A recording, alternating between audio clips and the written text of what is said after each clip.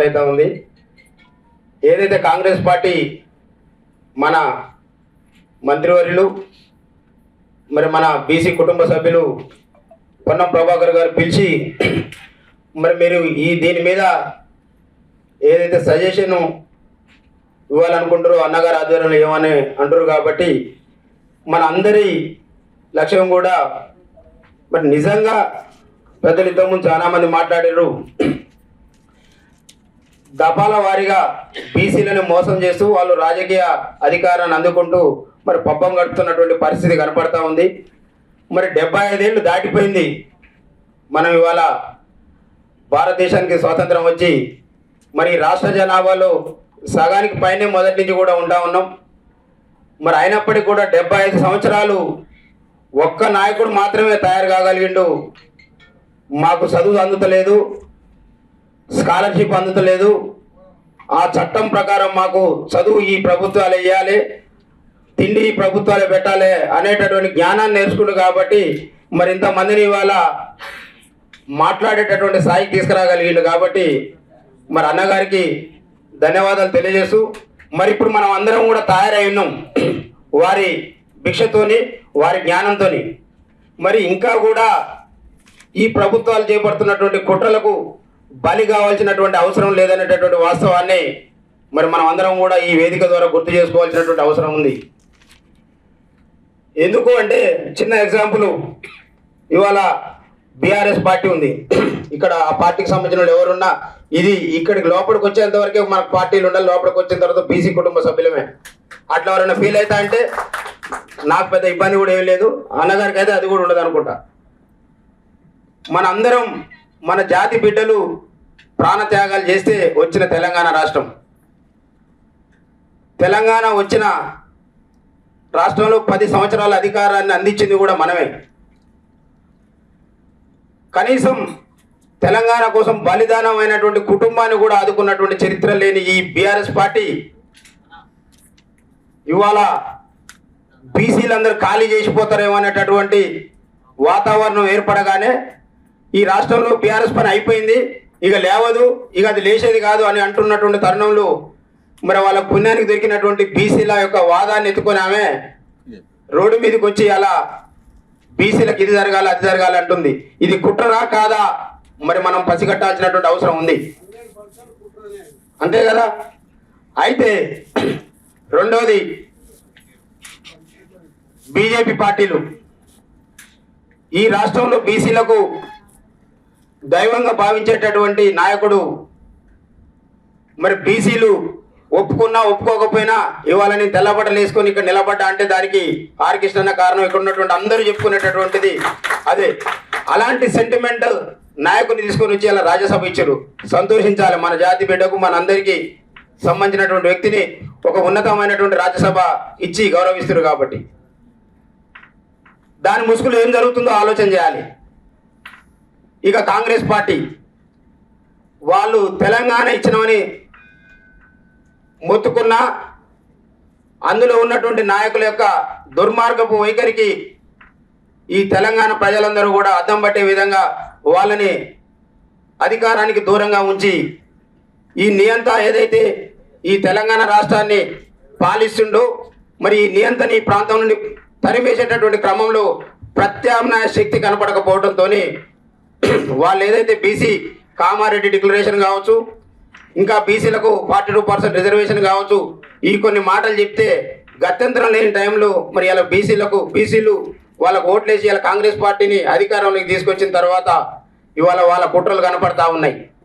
నిజంగా వాళ్ళలో ఏ మాత్రం జ్ఞానం ఉన్నా జనాభా ఓటర్ లిస్టు వాళ్ళ వెబ్సైట్లోనే ఉంటుంది, వాళ్ళు వేసినటువంటి లెక్కలు వాళ్ళ ముందే ఉంటాయి.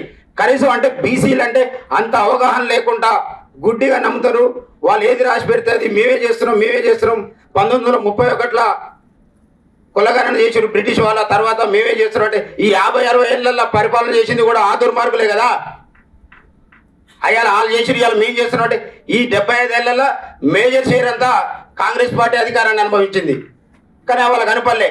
ఇవాళ ఈ ప్రాంతం నుండి తరిమేయబడుతున్నటువంటి సందర్భంలో మళ్ళీ బీసీ వాదాన్ని ఎత్తుకొని మరి మేము చేస్తున్నామని చెప్పి ఇవాళ ఈడబ్ల్యూఎస్ రిజర్వేషన్ కాపాడుకునేటటువంటి ముసుగులో మరి వాళ్ళ బీసీలను తగ్గించి ఓన్లీ ఓసీని మాత్రమే, ఎందుకంటే ఒక్కొక్కరి కుటుంబంలో నలుగురు అంటారు, మనమేమో ఒక్కొక్కరిని కూడా కనట్లే. ఇంతటి దుర్మార్గమైనటువంటి లెక్కలు చూపిస్తున్నటువంటి ఈ కాంగ్రెస్ పార్టీ కావచ్చు, మరి ఈ పార్టీలన్నింటినీ కూడా దయచేసి అన్నగారికి విజ్ఞప్తి చేస్తా ఉన్నాం. మనం చేయి దాస్తే మనకి ఏది కూడా సాధ్యం కాదు, ఏది కూడా ఇవ్వరు. ఎందుకంటే ఇవాళ అక్కడ ఉన్నటువంటి మన నాయకులు కూడా గట్టిగా మాట్లాడితే రేపు నాకు బీఫామ్ ఇస్తారో ఇయ్యరో. మరి బీసీ సమాజం అంతా కూడా బీఫామ్లకు అలవాటై ఓట్లు వేస్తూ ఉండరు. కాబట్టి మరి నాకు బీఫామ్ రాకపోతే మేము గెలవమనేటటువంటి పరిస్థితి నిజం కూడా ఈ తెలంగాణ ప్రాంతంలో ఉంది. కాబట్టి దయచేసి సోదరులందరికీ కూడా నా విజ్ఞప్తి, ఇక్కడ ఉండబడినటువంటి బీసీ సంఘాలన్నింటినీ కూడా ఆర్ కృష్ణన్న గారి నాయకత్వంలో మరి ఐక్య ఫ్రంట్గా ఏర్పాటు చేసి అల్టిమేటం జారీ చేయాలి తప్ప భిక్షాందేహి అని అడుక్కునేటటువంటి పరిస్థితి నుంచి 75 ఏళ్ల తర్వాత అయినా మనం రోడ్డుకెక్కి మరి అలా మనకు ఏదైతే తెలంగాణ ఉద్యమం ఉందో అదే ఇవాళ మనకు ఆదర్శం. ఇవాళ కేసీఆర్ గారు సరే మనకు శత్రువు కావచ్చు, మన జాతుల్ని వంచవచ్చు, కానీ ఆ యొక్క ఉద్యమ పంద ఏదైతే అందులో ఉండి మనం నడిపించడం, ఇక్కడ ఉన్నటువంటి మేధావులందరూ కూడా ఆ ఉద్యమంలో క్రియాశీలకంగా ఉండరు.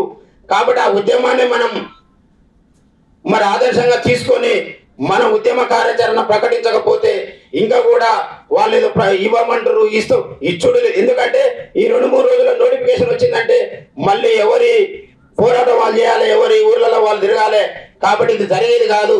దయచేసి ఆర్ కృష్ణన్ అని చెప్తాను. ఎందుకంటే సరే ఇవాళ మేము వాస్తవంగా 30-40 ఏళ్ళ పైచిలకు అన్న ఉందంటే తెలుగులోనే ఏ రకమైనటువంటి అణచివేతలు చేస్తారో గమనించి మరి సావో రేవో తేల్చుకోవడానికి రోడ్ ఎక్కినాం. మేము వచ్చిన తర్వాత కూడా చూస్తా ఉన్నాం, ఇంకా కూడా అదే వైఖరి జరుగుతూ ఉంది. కాబట్టి మరి మనం అందరం కూడా ఏదైతే బీసీలం ఇవాళ జట్టు కట్టి ఇంతమంది మనం ఉంటే ఇవాళ తప్పుల తడకని తెలిసిన తర్వాత కూడా కనీసం రోడ్ ఎక్కలే. నేను కృష్ణకి ఏం చెప్తున్నా అంటే వాళ్ళకి ఇచ్చేటటువంటి వివరణ ఇవ్వండి. మీ డిమాండ్స్ ఏమేమి ఉంటాయి, ఇక్కడ ఉన్నటువంటి మేధావులు అందరం కలిసి రిప్రజెంట్ వాళ్ళు అమలు చేస్తారో చేయాలి. ఇంకోటి ఏంటంటే చట్టం చేయాలి. సెక్షన్ 9 ద్వారా ఇవాళ తమిళనాడులో ఏ రకంగా 56-62 రిజర్వేషన్ అమలు అవుతా ఉంది, అది ఎట్లా అవుతా ఉంది, దాని మార్గదర్శకాలు తెలుసుకోండి. ఆ పద్ధతిలో వీళ్ళు అమలు చేస్తే చేయనియండి, డ్రాప్ అయిదాం. కానీ మన ఉద్యమ కార్యాచరణ మాత్రం మనం మొదలు పెట్టకుండా ఇక్కడే కూర్చుంటే, ఎందుకంటే కళ్ళబొల్లి మాటలు చెప్పి ఇవాళ ఆ పార్టీలన్నీ కూడా ఇవాళ ఇంకోటి ఏంటంటే టీఆర్ఎస్ పార్టీ మనం ఇక్కడ మీటింగ్ పెడుతున్నాం అనగానే అక్కడ వాళ్ళు ఒక మీటింగ్ పెడతా ఉండు, ఇక్కడ కాంగ్రెస్ ఒక మీటింగ్ పెడుతుంది, బీజేపీ ఒక మీటింగ్ పెడుతుంది. మనందరినీ కూడా ఎక్కడో ఒక పార్టీ ఏదో రకంగా ఎవరినో ఒకరిని ఇంపార్టెంట్ వాళ్ళని వాళ్ళకి అడాప్ట్ చేసుకొని మరి మన ఉద్యమ కార్యాచరణని డిస్టర్బ్ చేసే పరిస్థితిలో ఉంది. కాబట్టి దయచేసి ఇక్కడ ఉన్నటువంటి మేధావులందరూ కూడా నా విజ్ఞప్తి ఏంటంటే మనం ఇంతమంది అంటే ఏ ఊరికి పోయినా ఏ వాడకు పోయినా 100-50 పైన మనం ఉన్నాం. ఎస్సీ ఎస్టీలు మనతో కలిసి వస్తారు, 80% వస్తాం. మనం అందులో 20% రోడ్డెక్కిన మన ముందరికి ఇవాళ ఆర్ కృష్ణ గారికి ఇచ్చిరు అంటే పుణ్యానికి ఏలే. వాళ్ళకేమో అమ్ముకుంటే 100 కోట్లు 200 కోట్లు వచ్చేది. ఎందుకు ఇచ్చిరు అంటే 100 కోట్ల మంది ఇవాళ ఆర్ కృష్ణ మాట చెప్తే ఆర్ కృష్ణ నిలబడితే మరి ఇవాళ ఆయన మాటని సపోర్ట్ చేసేటటువంటి పరిస్థితి దేశంలో ఉంది. ఆయన చేసిన పోరాటం ఒక తెలంగాణ కాదు, ఆంధ్రప్రదేశ్ కాదు, భారతదేశ వ్యాప్తంగా కూడా మరి ఆ మేలు జరిగినటువంటి వాళ్ళు మేధావులు ఇవాళ అనేక సందర్భాలు చర్చలు చేస్తారు. కాబట్టి ఆ ఇంటెలిజెన్స్ రిపోర్ట్ ఉంది. కాబట్టి ఇవాళ అక్కడ ఉండగానే అక్కడి నుంచి ఉడబీకి మేమేదో ఇచ్చినట్టుగా ఉండాలి, ఆ వద్దన్నా ఉండేటటువంటి దాన్ని మేము ఇచ్చినట్టుగా ఉండాలనేటటువంటి ఉద్దేశంతో చేస్తున్నటువంటి. కాబట్టి వాళ్ళని గౌరవిద్దాం, మనల్ని గౌరవించినందుకు. కానీ మన కార్యాచరణని ఇక్కడ ఈ రాష్ట్రంలో ఉండబడినటువంటి అన్ని బీసీ సంఘాలు ఏంటంటే గల్లికో బీసీ సంఘం అయిపోయింది, ఎవరి పంత వాళ్ళదే. ఇవాళ హరికృష్ణన్ వచ్చేటే మీటింగ్ పెట్టినంటే ఇంకొక ఆయన తీసుకొని ఇంకొక మీటింగ్ పెట్టిస్తారు, దీనికి దానికి సంబంధం లేకుండా. అరే 75 ఏళ్ళ నుండి ఇదే చేస్తారు కాబట్టి వాళ్ళు, కానీ వాళ్ళు మాత్రం అధికారంలో ఉంటారు. వాళ్ళు ఉన్నది ఎంతమంది, ఊరుకు 3 ఉంటారు. ఇవాళ 43 మంది 42 మంది వాళ్ళు ఎమ్మెల్యేలు అంటే మనకు కొద్దిగానే ఉండాలి కదా, ఇప్పుడనే లేకపోతే ఎట్లా అంటున్నాం. ఇవాళ మనం నిజంగా అన్న ఒక ఫ్రంట్ ఏర్పాటు చేస్తే ఇక్కడ ఉండబడినటువంటి జాతులు ఒక జిల్లాల 10 నియోజకవర్గాలు ఉన్నాయి, 10 కులాలని ఐడెంటిఫై చేసి అక్కడ 10 కులాల నుంచి ఎవరికైతే ఆ ప్రజల మద్దతు ఉంటుందో వాళ్ళని డిసైడ్ చేసి తోలుదాం. నీ కాడ పని చేసినప్పుడు ఆ కులాలన్నీ వచ్చి నీకు పనిచేసి, ఇక్కడికి వచ్చినప్పుడు ఈ కులాలను పనిచేసి మనం పంచుకుందాం. నేనేమంటున్నంటే ఇక్కడ ఉండబడినటువంటి బీసీ సమాజాన్ని బీ ఫామ్ నుండి దూరం చేయాలి. అన్న మాట చెప్తే అదే ఏ ఫామ్ కావాలి. మరి ఆ స్థాయికి మనోళ్ళని చైతన్యం చేయవలసినటువంటి అవసరం ఇక్కడ ఉన్నటువంటి మనకుంది. కాబట్టి దయచేసి అన్నగారు మీ పాదాలకు దండం పెట్టి చెప్తా ఉన్నాం. ఎందుకంటే మేము కింది స్థాయిలో దాదాపు నేను 2001 టీఆర్ఎస్ ఉద్యమం నుంచి ఈ రాజకీయాల్లోకి వచ్చిన టీఆర్ఎస్ అంటే తెలంగాణ ఉద్యమంతోనే నాకు ఓటమి లేదు. నేను ఉప సర్పంచ్ కాల్చి అన్ని పదవులు నిన్న మొన్నటి వరకు కూడా జగదీష్ రెడ్డి మీద పోరాటం చేసిన తర్వాత నా DCMS పీకేషన్ తప్పితే నాకు ప్రజల నుండి ఎక్కడ కూడా ఓటమి లేదు.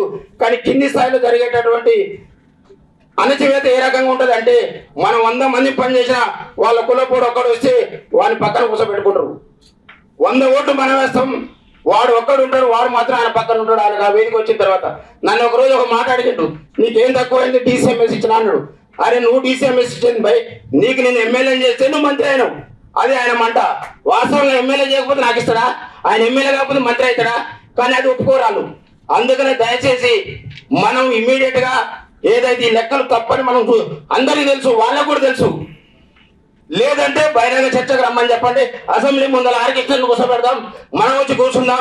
ఈ లెక్కలు వాస్తవాన్ని అసెంబ్లీ సాక్షిగా వాళ్ళు కనుక రుజువు చేస్తే మనకు ఉద్యమం వద్దు, ఏమవుతారో బానిసలు ఉందాం. Telangana intellectual forum